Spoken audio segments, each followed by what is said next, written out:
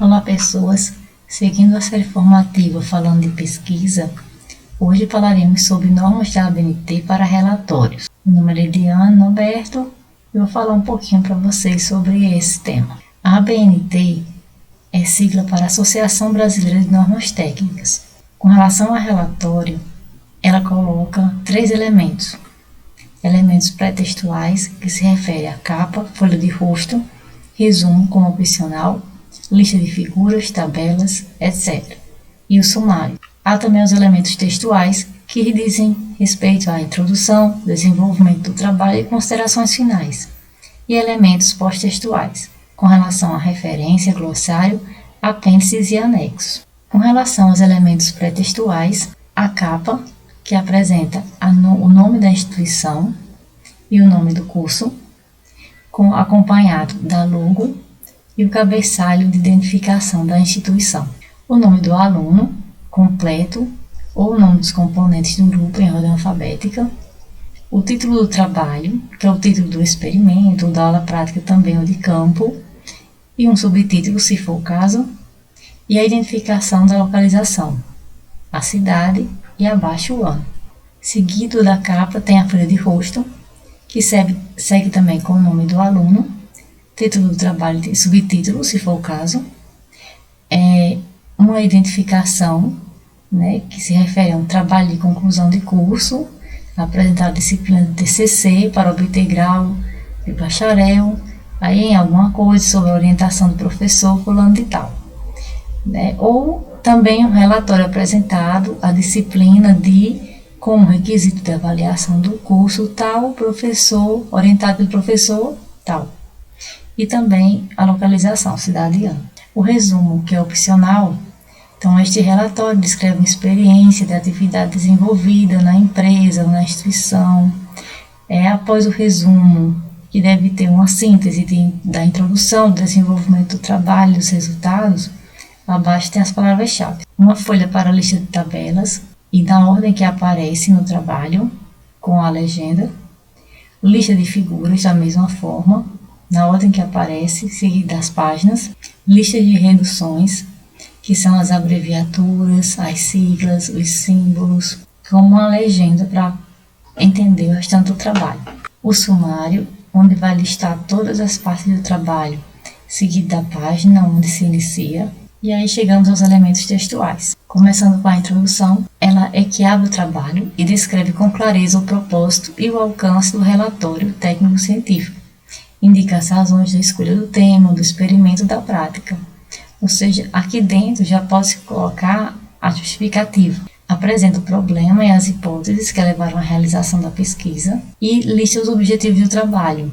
Então, aqui não há comentários do grupo e nem apresentação de resultados, apenas listagem dos objetivos. O desenvolvimento do trabalho, então aqui vai caracterizar cada etapa realizada do trabalho em si.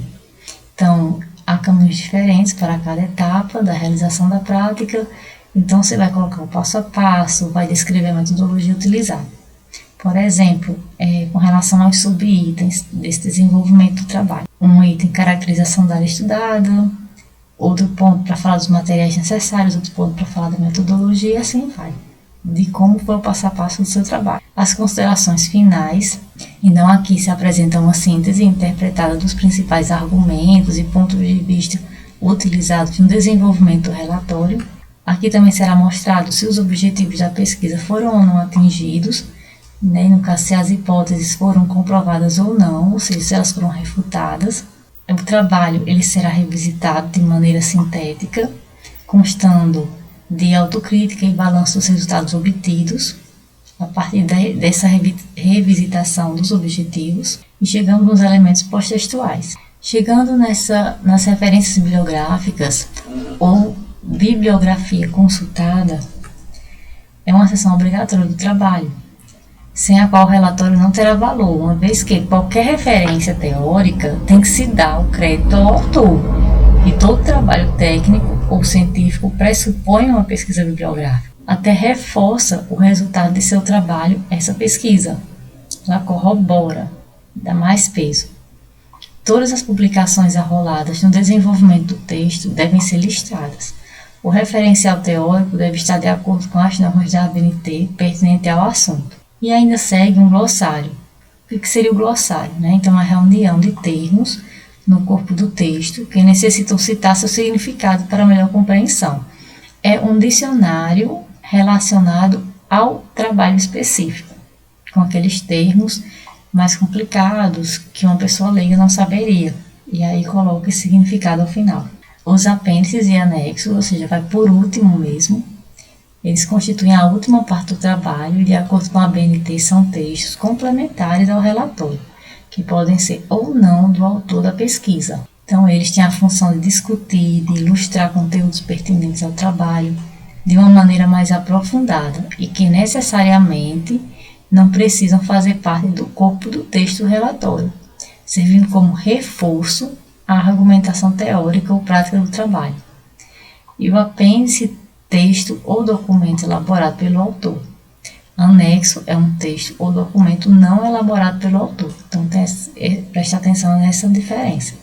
Apêndice é elaborado pelo autor e o anexo é não elaborado. As referências da bibliografia consultada, ela atende à norma 66023 de 2002 para referências, para elaboração dessas referências. Então, como elaborar referência bibliográfica de livro monografia?